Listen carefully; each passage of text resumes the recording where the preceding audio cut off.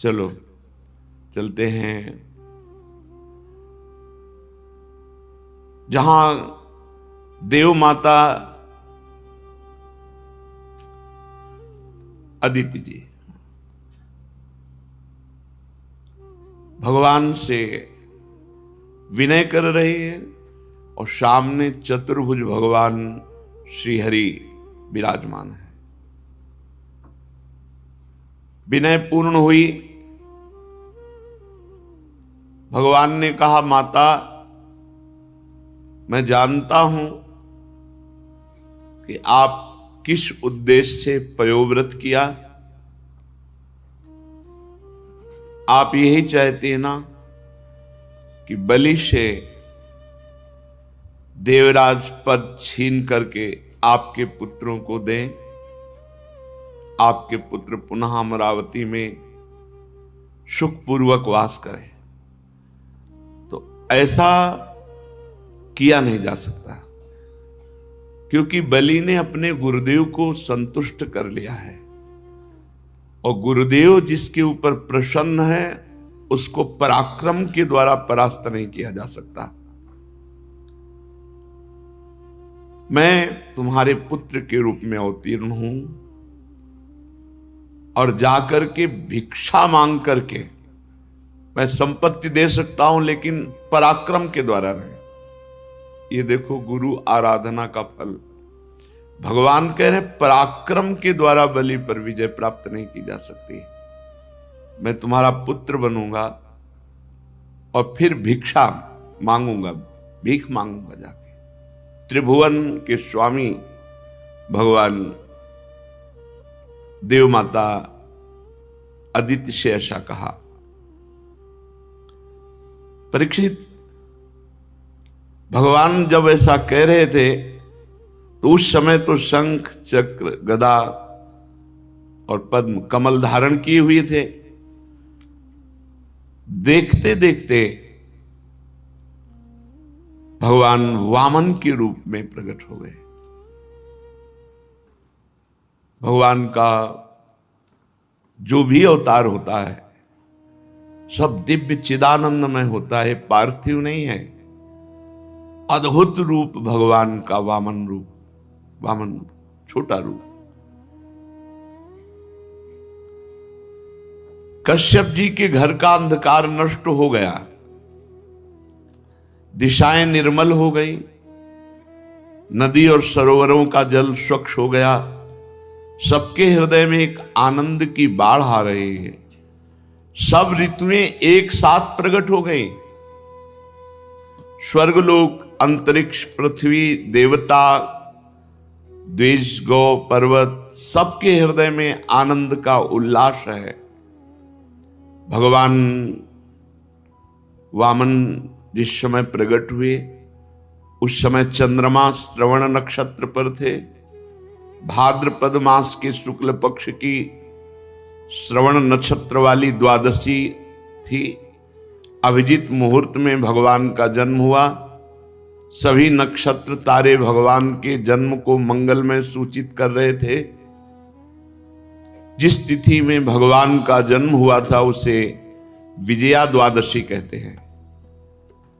जन्म के समय सूर्य आकाश के मध्य भाग में स्थित थे। भगवान के अवतार के समय शंख, ढोल, मृदंग, ढफ, नगाड़े आदि बाजे बजने लगे। तरह तरह के वाद्य बज रहे हैं। तुरही तुमुल ध्वनि कर रही। अप्सराएं प्रसन्न होकर नाचने लगी। श्रेष्ठ गंधर्व गाने लगे। मुनि, देवता, मनु, पितर, अग्नि स्तुति करने लगे।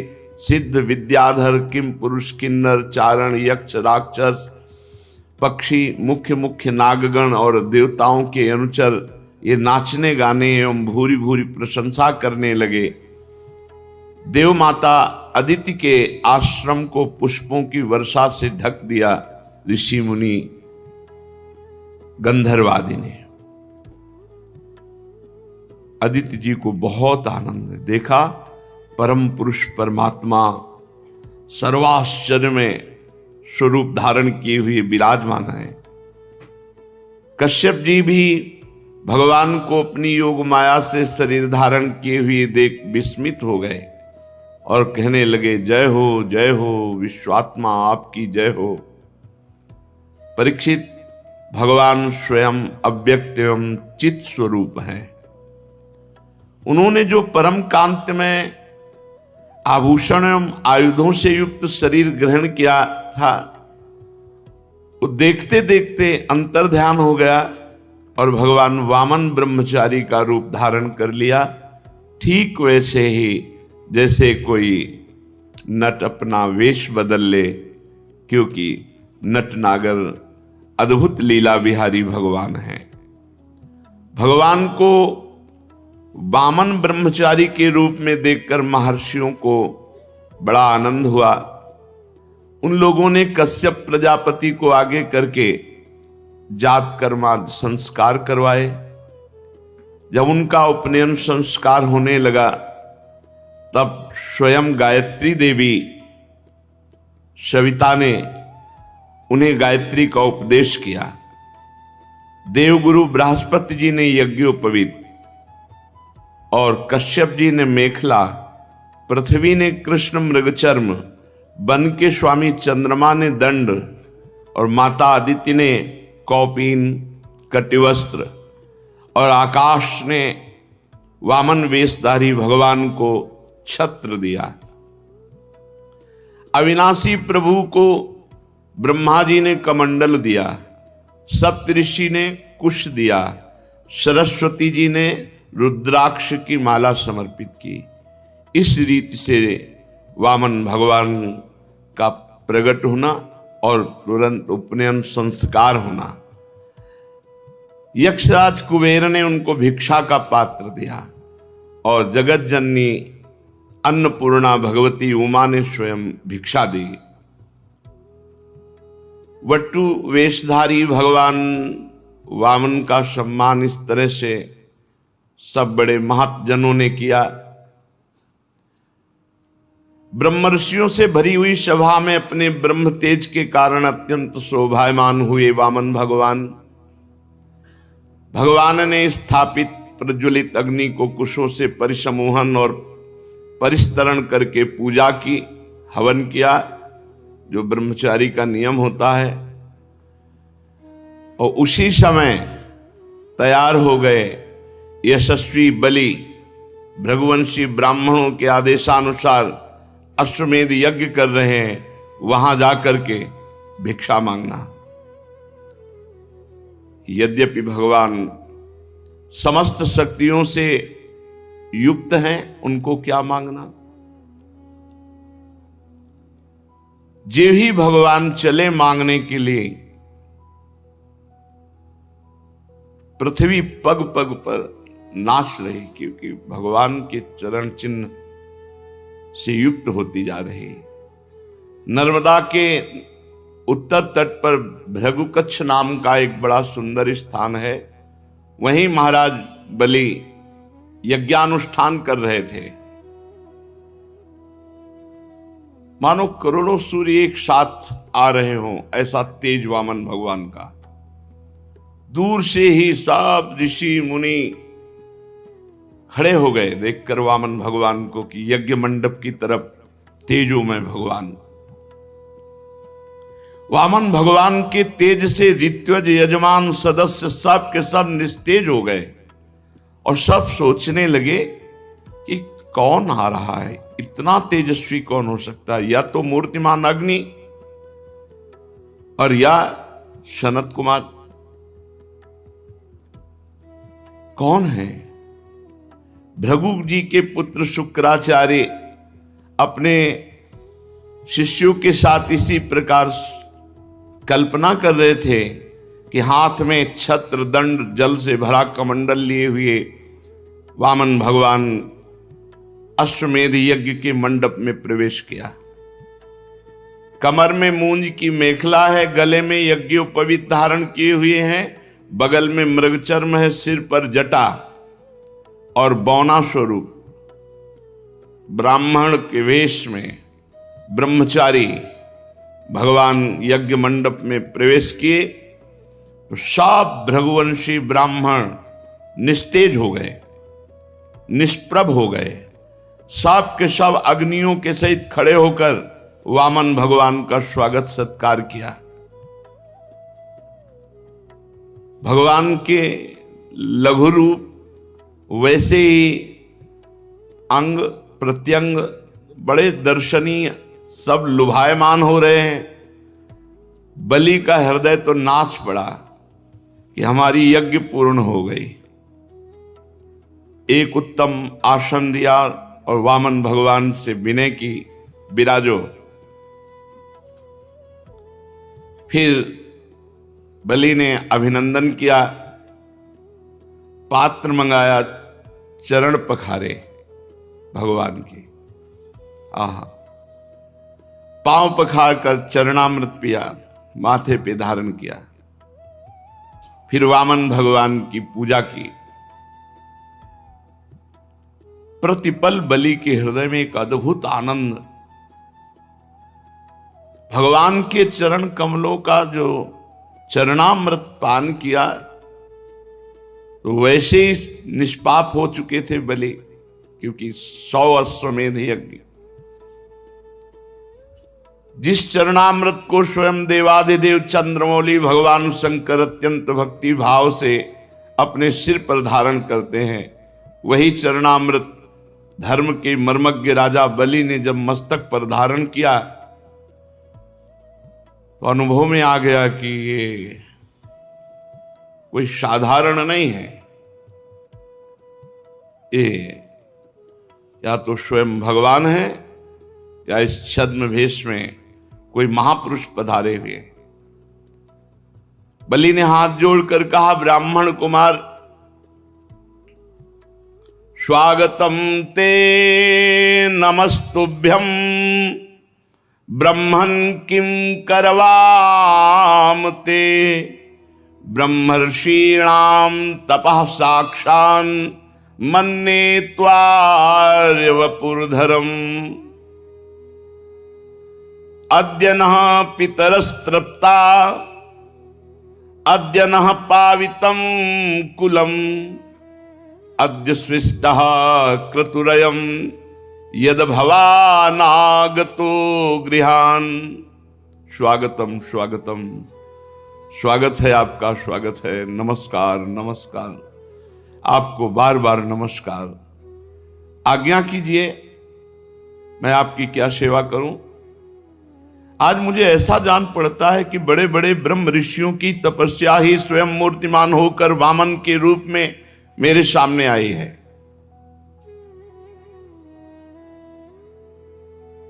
आज मैं धन्य हो गया, आप यहां पधारे। आज मेरे पितर तृप्त हो गए। आज मेरा कुल वंश पवित्र हो गया।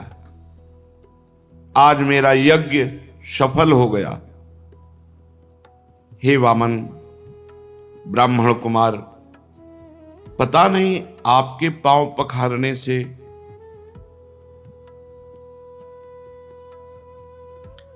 बड़ी बड़ी विधि पूर्वक यज्ञ करने पर भी जो आनंद नहीं आया, वो आनंद आपके पांव पखारने से आया। आज मुझे सब फल मिल गया।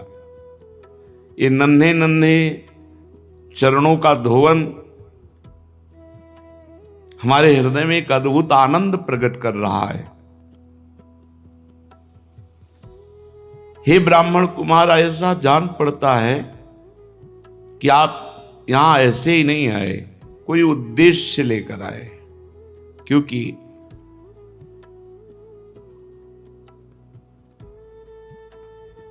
आपके चेहरे से पता चलता है कि आप कुछ मांगना चाहते हैं, कुछ उद्देश्य लेकर आए। पूज्य ब्रह्मचारी, आप जो आज्ञा करेंगे उसकी पूर्ति होगी। गाय, सोना, सामग्री, सुसज्जित घर, पवित्र अन्न, पीने की वस्तु, विवाह योग्य ब्राह्मण की कन्या, संपत्ति से भरे हुए गांव, नगर, राज्य, जो चाहे वो ले लीजिए।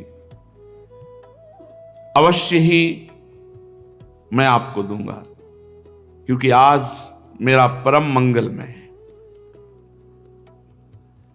आप पधारे, इससे परम मंगल। आप जो चाहे। राजा बलि के वचन धर्म भाव से भरे, बड़े मधुर थे। उन्हें सुनकर भगवान वामन प्रसन्न मुद्रा में अभिनंदन करते हुए कहा, राजन, आपने जो कहा कि ये वस्तुएं, तो ये आपके कुल परंपरा के अनुरूप है, धर्म भाव से परिपूर्ण है, यश को बढ़ाने वाला है, परलोक में हितकारी है, और ऐसा आपके मुख से शोभा भी दे रहा है, क्योंकि भृगुपुत्र शुक्राचार्य जी को गुरु मानकर, परम प्रमाण मान करके आप आराधना कर रहे हैं। और जिसके कुल वृद्ध पितामह परम शांत प्रहलाद जी हों, उसके मुख से ऐसे निकलना स्वाभाविक ही ठीक है। आपकी वंश परंपरा में कोई धैर्यहीन या कृपण पुरुष कभी नहीं हुआ। ऐसा कभी तुम्हारे वंश में नहीं हुआ जिससे मांगा गया हो और वो देने में पीछे हट गया हो। एक बार किसी को देने की प्रतिज्ञा करके मुकर गया हो, ऐसा तुम्हारे वंश में नहीं है। दान के अवसर पर याचकों की याचना सुनकर और युद्ध के अवसर पर शत्रु की ललकार सुनकर मुंह मोड़ लेने वाला कायर आपके वंश में कोई हुआ ही नहीं है। क्यों न हो, आपकी कुल परंपरा में प्रहलाद अपने निर्मल यश से वैसे शोभायमान है जैसे आकाश में चंद्रमा। आपको पता होगा महाराज, आपके कुल में ही हिरणाक्ष जैसा वीर का जन्म हुआ। वो वीर जब हाथ में गदा लेकर अकेला दिग्विजय के लिए निकला, तो सारी पृथ्वी में उसका कोई जोड़ नहीं मिला।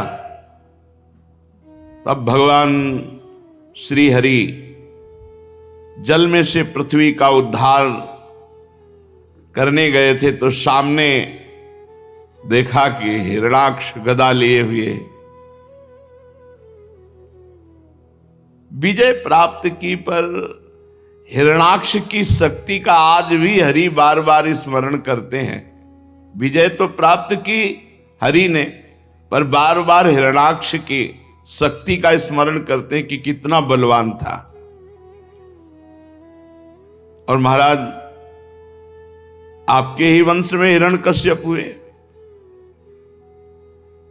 जब हिरणाक्ष के वध का हिरण्यकश्यप को भारी क्रोध में आकर के बैकुंठ में आक्रमण कर दिया। सोचो, बैकुंठ में आक्रमण कर दिया। ये प्रणाली है, जब जैसे किसी की दूध मांगना हो ना, आपकी गाय तो सैकड़ों में एक है, और आपका स्वभाव भी ऐसा है। ऐसा स्वभाव नहीं देखा गया जैसा, मतलब उसको इतना बढ़ा के, उसको इतना पुष्ट करके, आपके वंश में कोई ऐसा हुआ ही नहीं जो एक बार कह दे देंगे और फिर मुकर जाए। पूरा पुष्ट पक्का भगवान कर रहे हैं। अब देखो, है तो बलवान हिरण्यकश्यप, लेकिन है तो बहिर्मुख ना।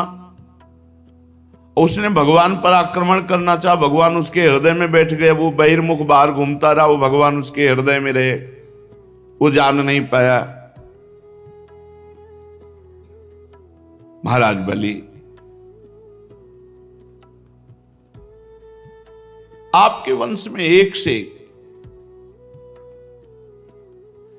राजन, आपके पिता विरोचन बड़े ब्राह्मण भक्त थे। यहां तक कि उनके शत्रु देवता ने ब्राह्मणों का वेश बनाकर उनसे उनकी आयु का दान मांगा, और उन्होंने ब्राह्मणों के छल को जानते हुए भी अपनी आयु दे डाली। आप भी अपने वंश का ही, और शुक्राचार्य जी आपके गुरु, प्रहलाद जी आपके पूर्वज, बड़ा यश आपके भगवान बड़ाई किए जा रहे हैं।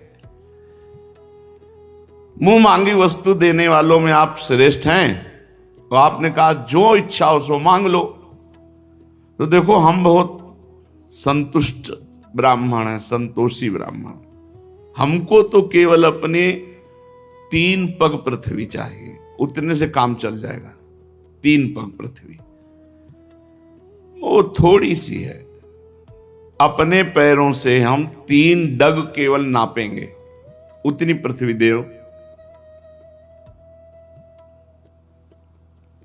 बहुत जोर से सब सभा और बलि जी भी हंस दिए।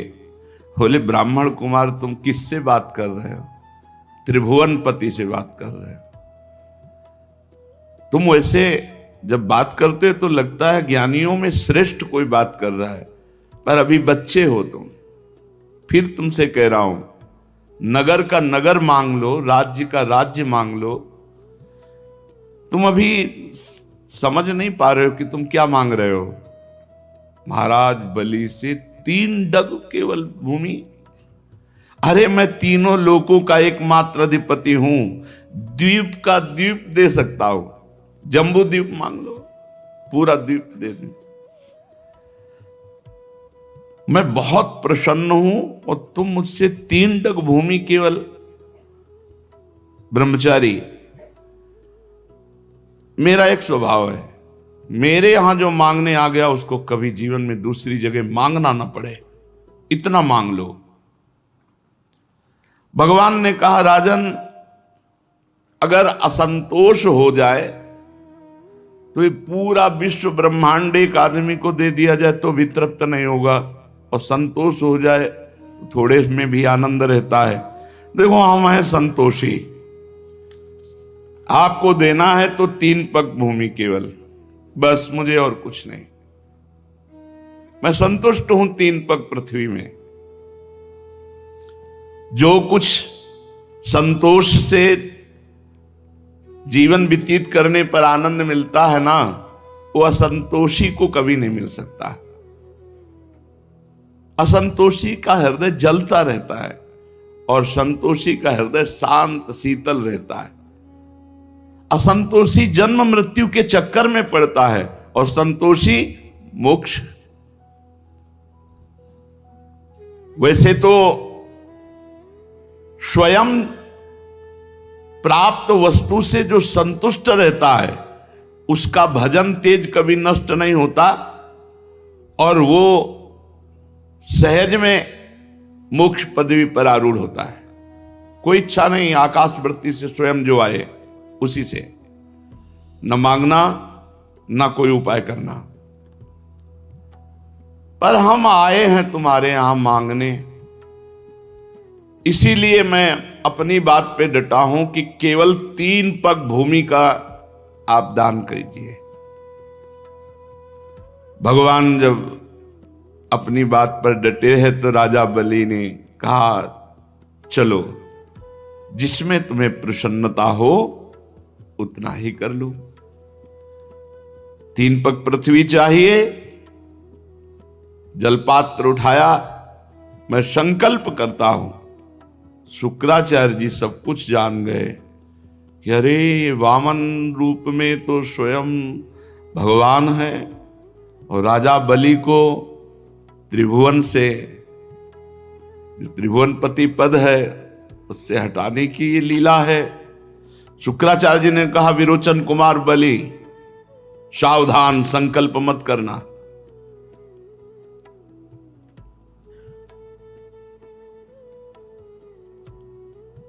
ये स्वयं अविनाशी भगवान श्री हरि हैं।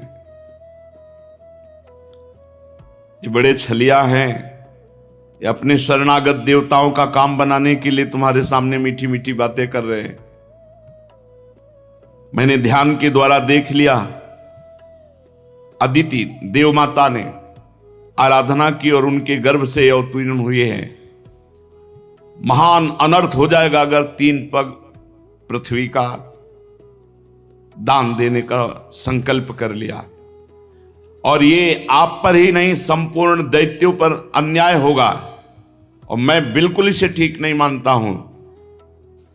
ये ब्रह्मचारी बनकर बैठे हुए, जानते हो तुम्हारा राज्य, ऐश्वर्य, लक्ष्मी, तेज, विश्व विख्यात कीर्ति, सब कुछ एक क्षण में अपहरण करके इंद्र को दे देंगे।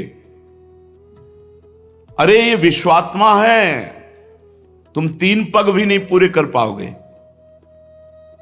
मूर्ख, जब अपना सर्वस्व छिन जाएगा तो तेरे परिवार का, तेरे राज्य का कैसे जीवन निर्वाह होगा। अरे ये विश्व व्यापक है, इनको ऐसा मत देख कि ये छोटे से बामन भगवान बैठे हुए। ये विश्व व्यापक विश्वात्मा है, इनका विशाल शरीर इसमें छुपा हुआ है। वो जैसे कितना बड़ा नहीं होता, नपना है, वो छोटा हो, जब बड़ा हो कितना लंबा होता है। तो भगवान छोटे से रूप में, जब शुक्राचार्य, मैं जानता हूं इनको, मैं इनको जानता हूं, शुक्राचार्य जी के, मैं इनको जानता हूं। तुम तीसरा पग पूरा नहीं कर सकते, जब पूरा ना कर पाओगे तब तुम्हारी दुर्दशा हो जाएगी। प्रतिज्ञा पूरी ना करने का तुम्हें पाप लगेगा और तुम नरक जाओगे। इसलिए तुम्हें संकल्प करना ही नहीं है, मेरी आज्ञा है। विद्वान पुरुष उस दान की प्रशंसा नहीं करते जिसके बाद जीवन निर्वाह के लिए कुछ बचे ही नहीं। जिसका जीवन निर्वाह ठीक ठीक चलता है वही संसार में दान, यज्ञ, तपस्या और परोपकार के कर्म कर सकता है। धन के 5 हिस्से लगाने चाहिए। एक हिस्सा धर्म के लिए, गुप्त, कोई जाने ही नहीं तो धर्म माना जाएगा। और एक हिस्सा यश के लिए, जो सब जाने कि हां इतना दान किया है। और एक हिस्सा जिससे धन आ रहा है उस धन की अभिवृद्धि के लिए, बढ़ाने के लिए। और एक हिस्सा अपने परिवार के भोग के लिए। और एक हिस्सा आए हुए अतिथि, स्वजन, रिश्तेदार, नातेदार, पशु पक्षी, इनकी सेवा के लिए। जो अपने धन के 5 हिस्से करता है वो इस लोक और परलोक में दोनों जगह सुख पाता है। असुर शिरोमणे, यदि तुम्हें यह चिंता हो कि तुम्हारी प्रतिज्ञा टूट जाएगी तो मैं इस विषय में तुम्हें कुछ ऋग्वेद की श्रुतियों का आश्रय सुनाता हूं। श्रुति कहती है किसी को कुछ देने की बात स्वीकार कर लेना सत्य है, और नकार जाना अर्थात अस्वीकार कर देना असत्य है। पर यह शरीर एक वृक्ष है, सत्य इसका फल फूल है, और जब वृक्ष ही न रहे तो फल फूल क्या करेंगे। इसलिए नकार जाना, अपनी वस्तु दूसरे को न देना, दूसरे शब्दों में अपने लिए भोग के लिए संग्रह बचाए रखना, इस शरीर रूपी वृक्ष का मूल है। इसलिए इतना उचित है कि ना कर दो, नहीं दे पाएंगे। शुक्राचार्य जी अपने शिष्य को नीति का वर्णन, प्रीति का नहीं वर्णन कर रहे। हां मैं दूंगा,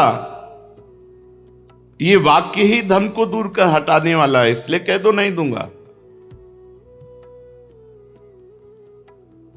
याचकों को सब कुछ दे देना, स्वीकार कर लेना ही थोड़ी ठीक होता है।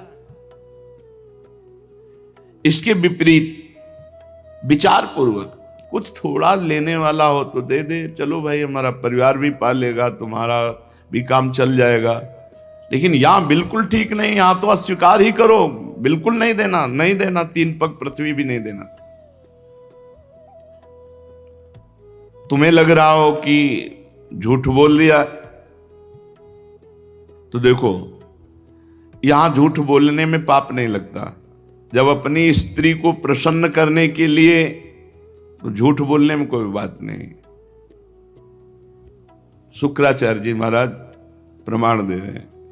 और हास परिहास में बोला गया झूठ, किसी के प्राण बचाने में बोला गया झूठ, और किसी जीवन रक्षा प्राण संकट, गौ ब्राह्मण इनके हित में बोला गया, ये पापकारी नहीं होता है।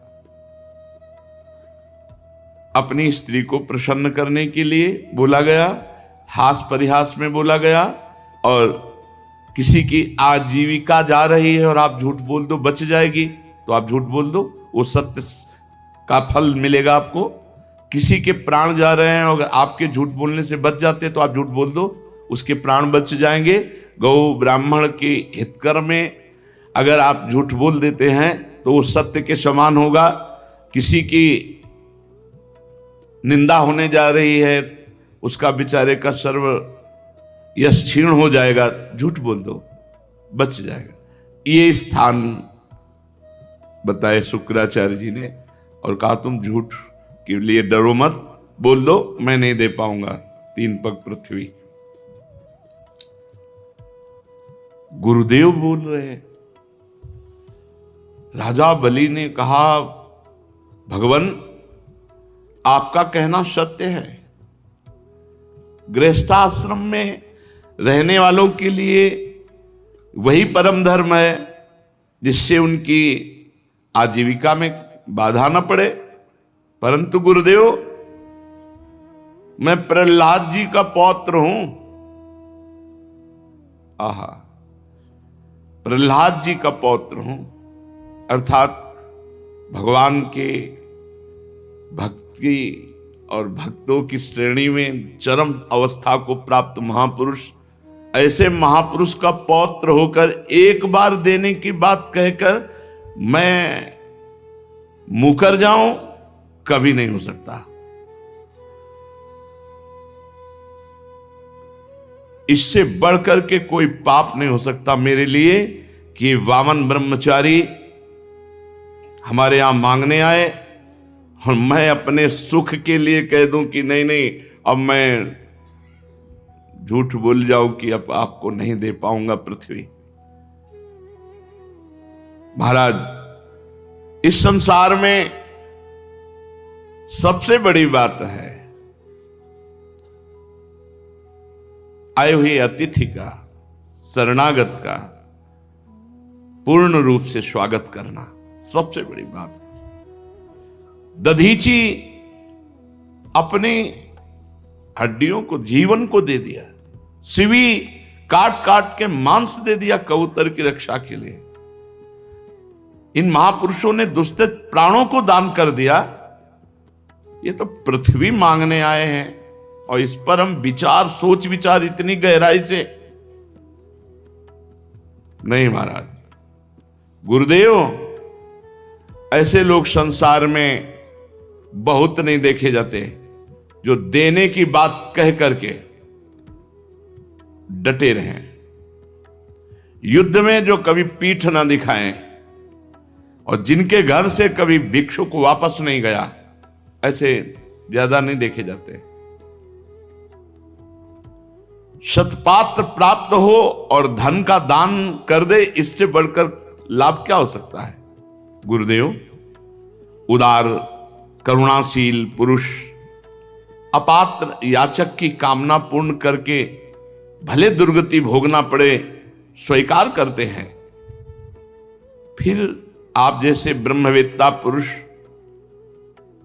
इन परम तेजस्वी ब्रह्मचारी जो हम पात्र हैं, इनकी अभिलाषा पूर्ण करने में आप कह रहे हैं कि ना कह दो। और आपने संकेत किया कि ये वरदानी भगवान श्री हरि हैं, तब तो और मैं उत्साहित हो गया कि त्रिभुवन के स्वामी होकर के ये भिक्षुक बन करके हमारे सामने आए हैं। अरे ये तो अपने पराक्रम से भी ले सकते थे। जब ये त्रिभुवन के पति होकर के भिक्षुक बन करके आए हैं तो इनको अवश्य अवश्य अवश्य दान करूंगा। मेरे अपराध को क्षमा करो कि मैं आपकी आज्ञा का उल्लंघन कर रहा हूं। ये अधर्म से मुझे बांध लें, मेरा अनिष्ट करें, मुझे भयभीत करें, मैं विचलित नहीं होऊंगा। ये पवित्र कीर्ति भगवान श्री हरि ही क्यों ना हो, ये अपना यश खोना नहीं चाहेंगे। अगर ये मांगने पर उतर गए हैं तो ये छीन भी सकते हैं।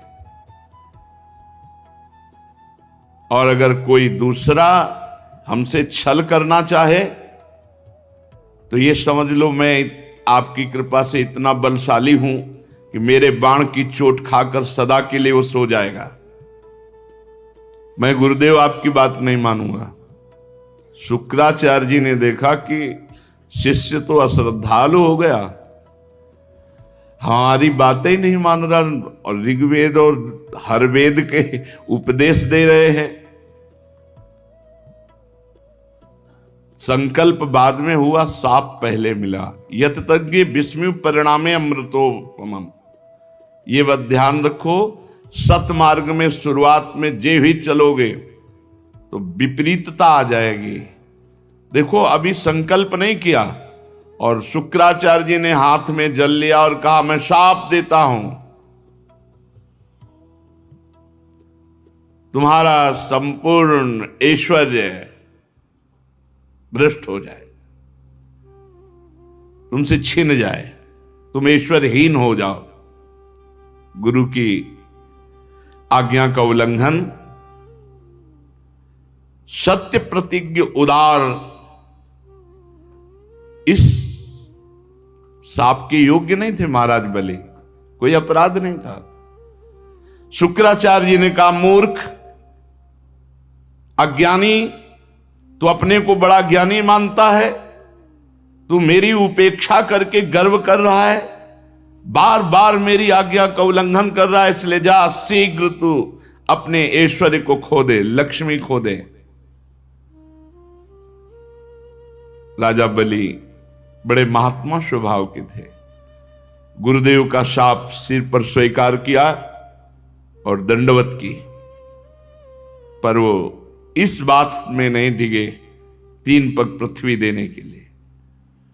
वामन भगवान की विधि पूर्वक पूजा के हाथ में जल लेकर 3 पग भूमि का संकल्प कर दिया।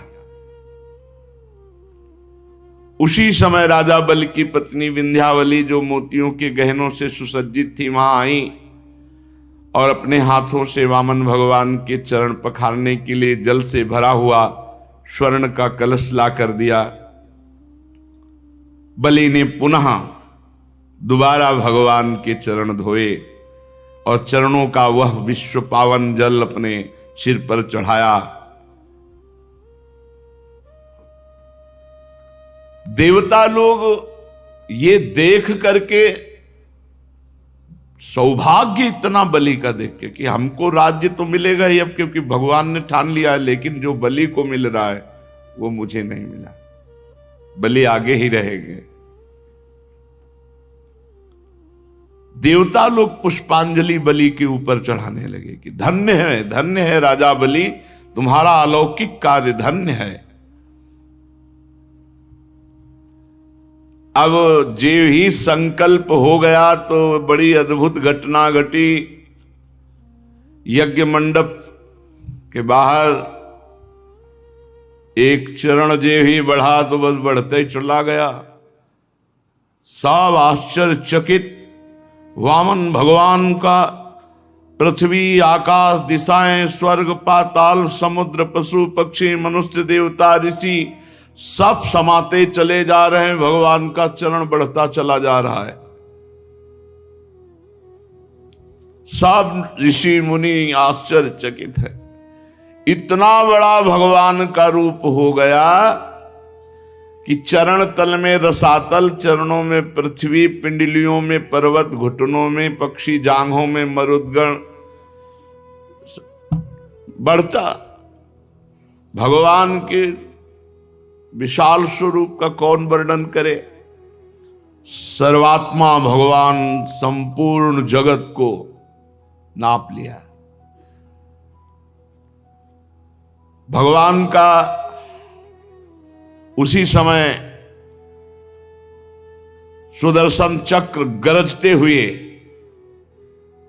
भयंकर टंकार करने वाला सारंग धनुष, पांचजन्य शंख, कौमोद की गदा, 100 चंद्राकार चिन्हों वाली ढाल, विद्याधर नाम की तलवार, अक्षय बाणों से भरे 2 तरकस, लोकपालों के सहित भगवान के सुनंदादि पार्षदगण ये सब उपस्थित हो गए।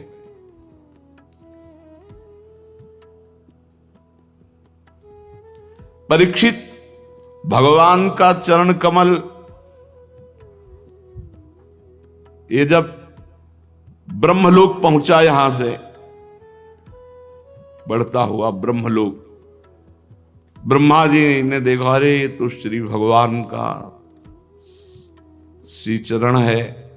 तो नखचंद्र की छटा से सत्यलोक फीका पड़ गया। भगवान के चरणों की नख कांति से ब्रह्मलोक फीका पड़ गया। स्वयं ब्रह्मा उस प्रकाश में डूब गए। मरीच आदि ऋषि, सनंदन आदि नैष्ठिक ब्रह्मचारी, बड़े बड़े योगी भगवान के चरण कमल की अगवानी की। वेद उपवेद नियम यम तर्क इतिहास वेदांग पुराण सहित ये सब मूर्तिमान होकर वहां भगवान के चरणों की आराधना। योग रूप वायु से ज्ञानाग्नि को प्रज्वलित करके कर्ममल को भस्म कर डाला, वो सब महात्मा वहां विराजमान भगवान के चरण कमल की वंदना की।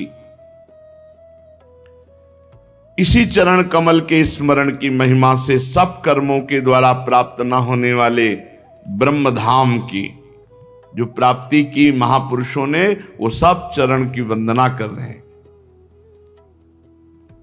अगवानी करने के बाद विश्वरूप भगवान के चरण का अर्घपाद्य से पूजन कर प्रक्षालन किया। पूजा करके बड़े प्रेम और भक्ति से भगवान की स्तुति की।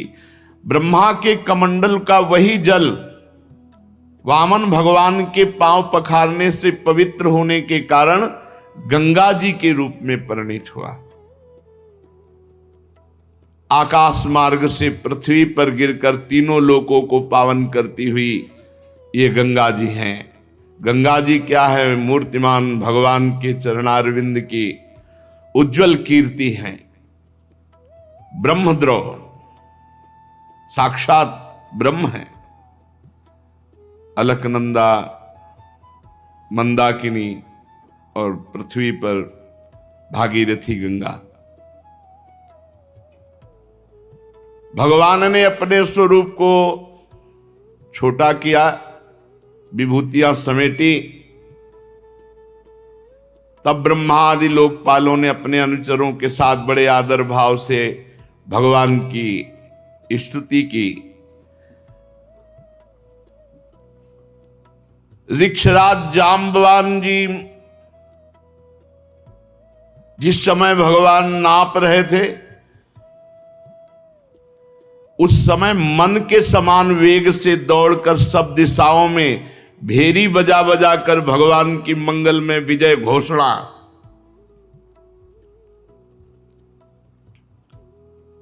तभी वो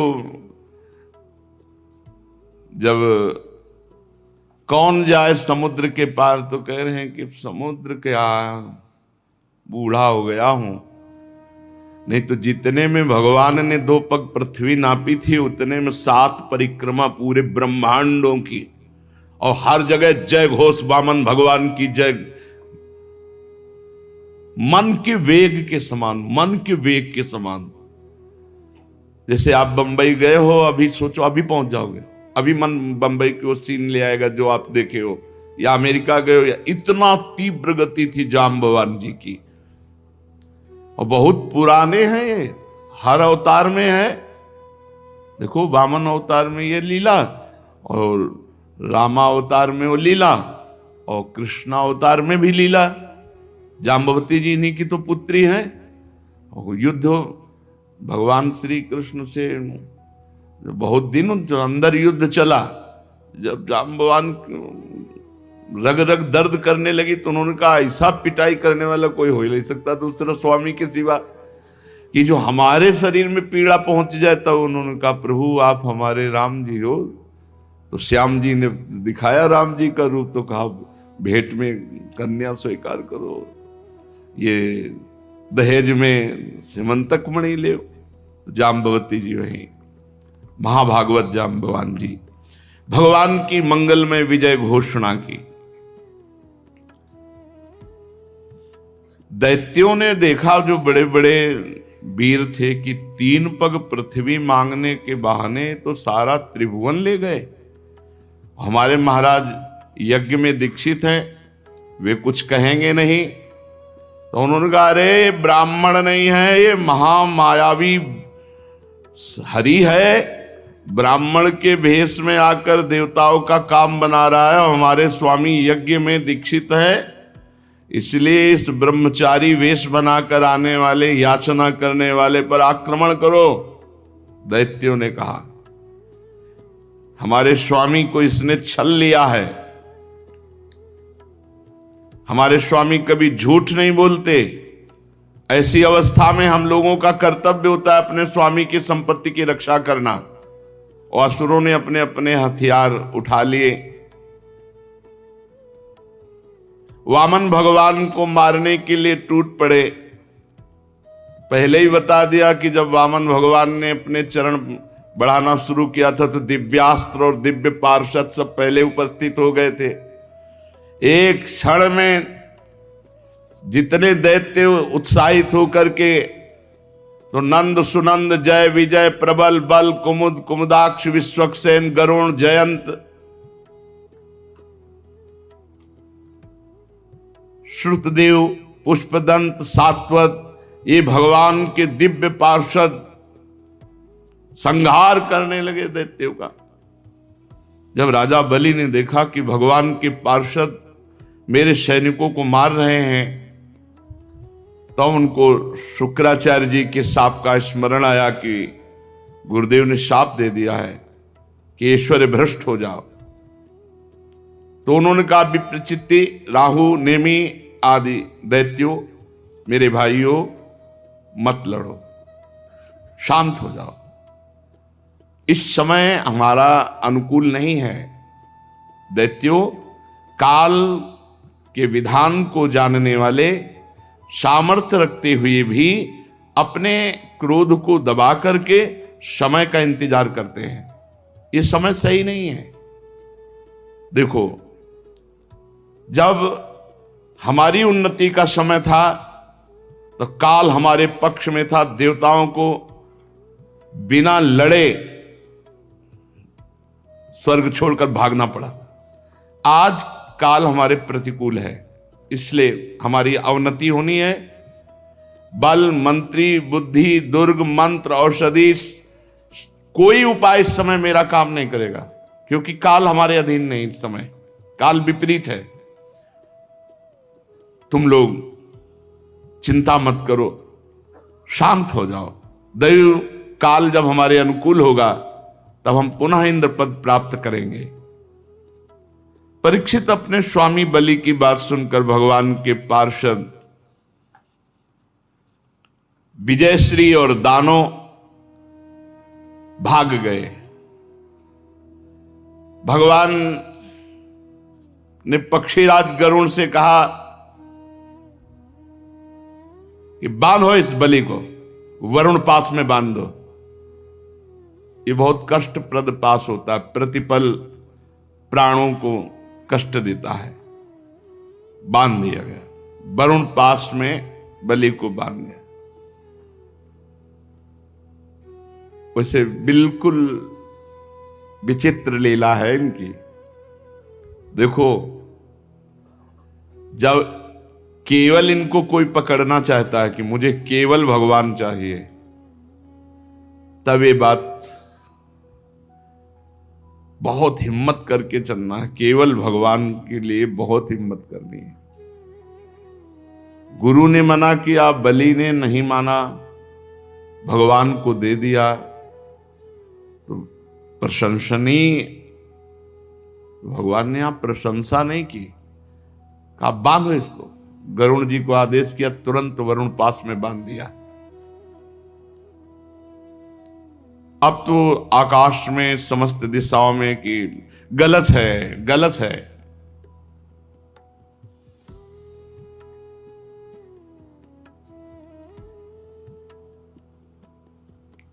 क्योंकि जिसने सर्वस्व अर्पित कर दिया, अब क्या है? अभी अहंकार देखना है। ये देने का अहंकार है क्या? ये जगत गुरु हैं ऐसे।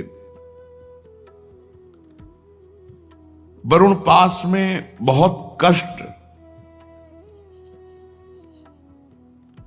सब संपत्ति छिन गई और लेने वाले कठोर व्यवहार दिखा रहे हैं। बांध दो, बांध दिया, जैसा विपक्ष में होता है। भगवान ने बलि से कहा, ए असुर, तुमने मुझसे कहा था कि 3 पग पृथ्वी, तो 2 पग में हमने समस्त ब्रह्मांडों को नाप लिया। बोल अब तीसरा पग कहां से देगा? पूरा कर। जहां तक सूर्य की गर्मी पहुंचती, जहां तक नक्षत्र, चंद्रमा, किरणें, बादल बरसते, सब नप गया। तेरे देखते देखते मैंने पैर से भूलोक, आकाश, दिशाएं, स्वर्गलोक, महरलोक, जनलोक, तपलोक, सत्यलोक सब नाप लिया। बोल तीसरा पग अगर नहीं देगा तो तुझे नरक में डालूंगा।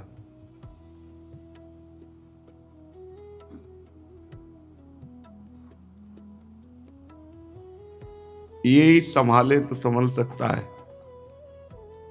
नहीं तो ऐसी कैसे ऐसे हो सकता है।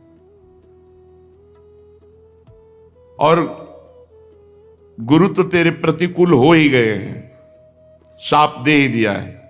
अब अवश्य अवश्य तुम नरक जाओगे।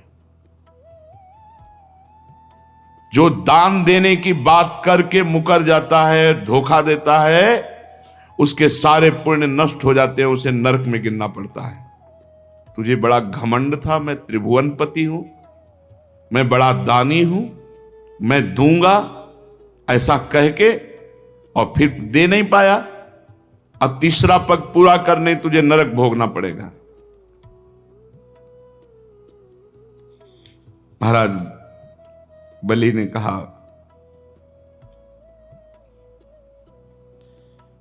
आराध्य देव, आपकी बड़ी पवित्र कीर्ति है, तो क्या आपने ये समझा कि मैं झूठ बोल रहा था कि तीसरा पग, 3 पग पृथ्वी नहीं दे पाऊंगा? ऐसा नहीं है, मैं आपको सत्य बोल रहा हूं और सत्य दिखाऊंगा। आप धोखे में नहीं हैं। 2 पग से हमारी संपत्ति नापी, अब तीसरा पग से मुझे नापो, क्योंकि मैं संपत्ति से अलग हूं, मैं संपत्तिवान था। अब अपना चरण मेरे माथे पे रखो, उसी वामन रूप में नापो मेरे को। 1 पग मैं हूं, क्योंकि भगवान वामन रूप में है। मैं झूठ नहीं बोला था, और ये भी नहीं कह रहे कि आपने छल किया है। आपकी पवित्र कीर्ति है। आप मेरी बात को असत्य समझते हैं, ऐसा नहीं, मैं उसे सत्य कर दिखाता हूं। आपको धोखे में नहीं डाला। आप कृपा करके तीसरे पग को मेरे मस्तक पर धार, और ये नरक में जाने का भय किसी और को दिखाओ, हमें नहीं। देखो, ये भक्त का हृदय होता है। आप मुस्कुरा रहे हो ना, मुझे दुख भरे पास में बांध करके, मुझे कोई दुख नहीं है इससे। आप ऐसा दिखा रहे हो ना कि मेरे पास अब फूटी कौड़ी भी नहीं बची है, गुरु भी विपरीत हैं, और आप भी मुझे दंड दे रहे हैं, इस पर मुझे बिल्कुल कोई भय नहीं है। मैं डरता हूं तो केवल इस बात से कि मुझसे कोई त्रुटि ना हो जाए, अपराध ना बन जाए। अपने पूजनीय गुरुजनों के द्वारा जो दंड दिया जाता है वो तो पावन करने वाला होता है, और मैं ऐसा दंड चाहता हूं, क्योंकि ऐसा दंड ना माता पिता भाई बंधु नहीं दे सकते, वो तो गुरुजन ही दे सकते हैं। प्रभु, आप छिपे रूप से अवश्य ही हमें श्रेष्ठ शिक्षा दी है। आप हमारे परम गुरु हैं। जब कोई धन से मतवाला होता है, बल से मतवाला होता है, अहंकार से मतवाला होता है, तो आप उसे ठीक करते हैं, उसको ज्ञान नेत्र प्रदान करते हैं, उसके अहंकार का नाश करके। ये परम उपकार है नाथ। मैं कैसे बताऊं कि आप कितना उपकार हमारे ऊपर किए। अनन्य भाव से योग करने वाले योगी गण जो सिद्धि प्राप्त नहीं कर पाए, वो सिद्धि मुझे प्राप्त हुई। मुझे ये धमकी मत दो कि नरक। ऐसी महिमा आपकी, ऐसी लीला आपकी, वो आप मुझे दंड दे रहे हैं, वरुण पास से बांध रहे हैं। प्रभु, इसमें ना मुझे कोई लज्जा है, ना मुझे कोई व्यथा है, ना मुझे कोई दुख है। फिर कहता हूं मैं प्रहलाद जी का पौत्र हूं।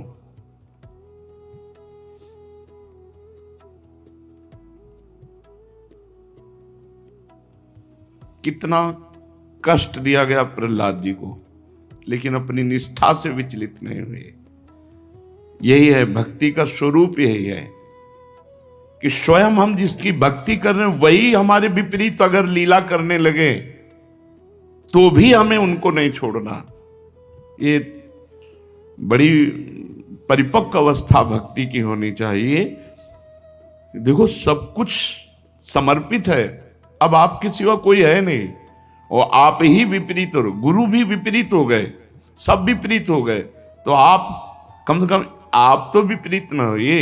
लेकिन आखिरी हद की बात है कि आप भी विपरीतता दिखा रहे हो। कह रहे हैं तुझे पक्का नरक मिलेगा, और गरुड़ जी से कह के वरुण पास में बंधवा दिया, और कहां तीसरा पग पूरा करेगा, बड़ा दानी बनता है। ऐसा